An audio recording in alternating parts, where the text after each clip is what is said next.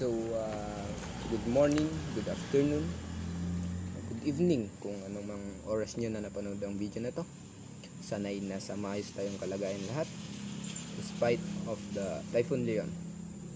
Sa mga nakauwi na, sa mga umuwi pa lang, sa mga uuwi pa lang. So, ingat-ingat po tayo. Today, I will be going to present one of the strong countries, which is Russia. So, ang pag-uusapan natin is a brief history of Russian police, ang kanilang criminal justice system, policing system, police uniforms, ranks insignia, and salaries, recruitment process, and reason for involvement in lesser crimes. So, moving on to our topic. Motto of Russian police or Politsia Russi is, "We serve Russia, we serve the law."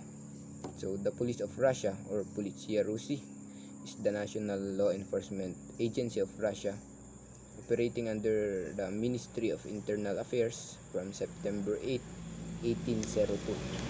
So, kumbaga sa atin, sa Pilipinas, is ang PNP natin is operating under DILG. Sa kanila is operating under Ministry of Internal Affairs. So, it was established on June 7, 1718 by the decree of the Peter the Great. So, Peter the Great is a Russian Tsar who ruled from 1682 to 1725 in Russia. So, moving on sa kanilang criminal justice system. So, police or Politsia Russi is operating under the Ministry of Internal Affairs, responsible for law enforcement, including criminal investigation, conducting investigation, gathering evidences, patrol, maintain order, prevent illegal activity, protect the community citizens, investigating accidents, responding calls for help, and then traffic control. So they direct vehicles, pedestrian traffic in organized way to ensure that public safety, accidents or roads disruptions. So next is prosecutors. The Prosecutors General Office oversee the prosecution of criminal cases and ensure that law enforcement agencies operate within the bounds of the law. So they oversight law enforcement, monitoring the work of investigative bodies, protection of citizens and the state interests, evaluate law enforcement actions, addressing law enforcement misconduct. So, kumbaga kung may na-violate ang mga law enforcer nila, so prosecutors ang bahala. Next is courts. Judicial system is hierarchical with the Supreme Court at the top. Judges are appointed by the President, which raises concerns about their independence from political influence.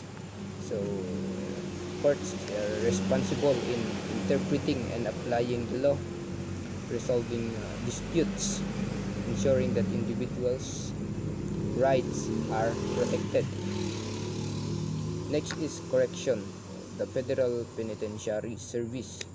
So, kung sa atin dito sa Pilipinas is BJMP or Bureau of Jail Management and Penology. Sa kanila is the Federal Penitentiary Service.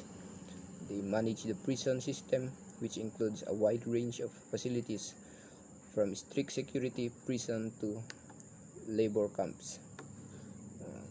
Moving on sa kanilang policing system.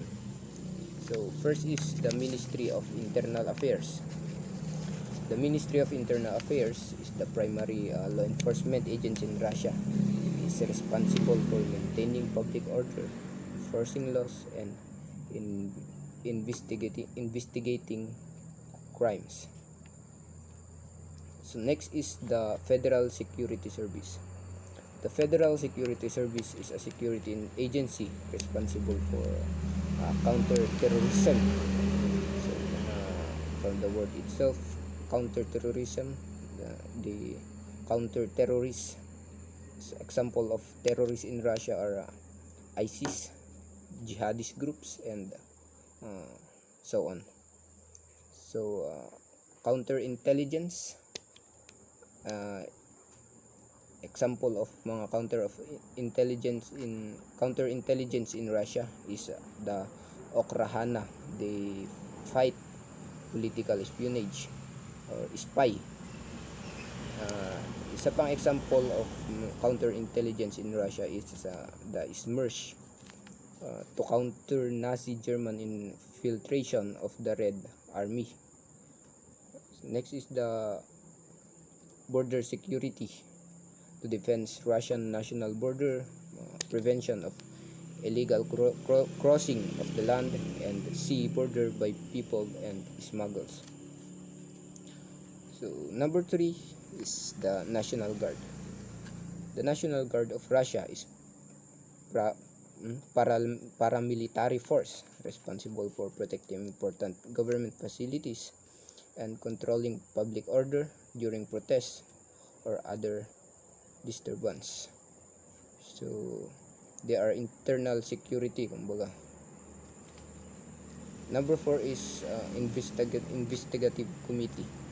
The investigative committee is responsible for investigating serious crimes such as murder, corruption, and terrorism. They operate independently from the police. Hindi lang yan ang trabaho nila, kung they are also responsible for inspecting the police forces, combating police corruptions, conducting investigations into local authorities and federal governmental bodies. So let's proceed sa kanilang police uniforms. Ayan. That is the uniform of patrol officer.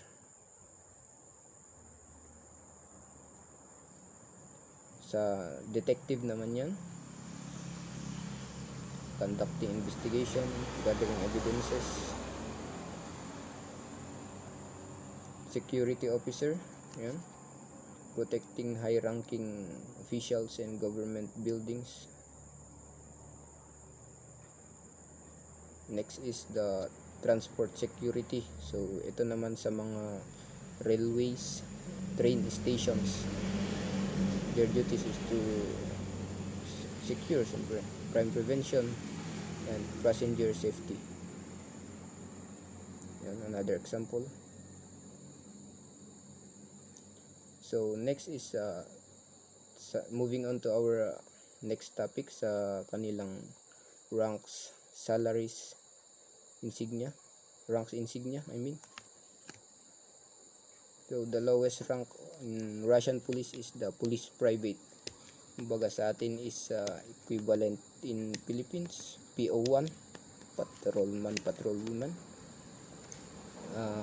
Salary niya is 30,000 to 40,000 ruble. Ruble is Russian currency.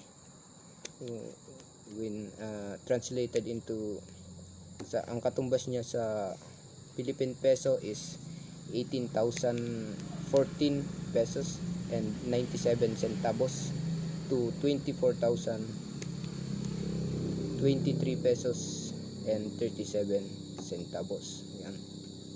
So junior police sergeant, senior police sergeant, police first sergeant. So additional pala is bakit 30,000 to 40,000? Kasi it depends on their experience and then sa field na kung saan sila na assign. So nagbabago yung salary nila. Ang salary nila is per month yan. Yan, police warrant officer.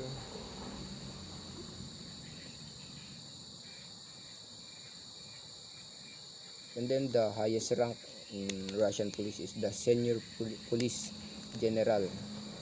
Salary niya is 250,000 to 400,000 rubles. Equivalent in peso, 250,000 is 150,106 pesos 0.45 centavos in pesos to 240,170.32 centavos. So next is ang kanilang recruitment process.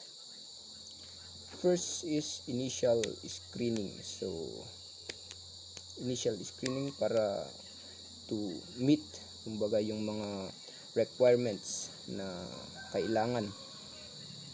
First requirements is at least Russian citizen, so minimum of 18 years old and a maximum of 35 years old.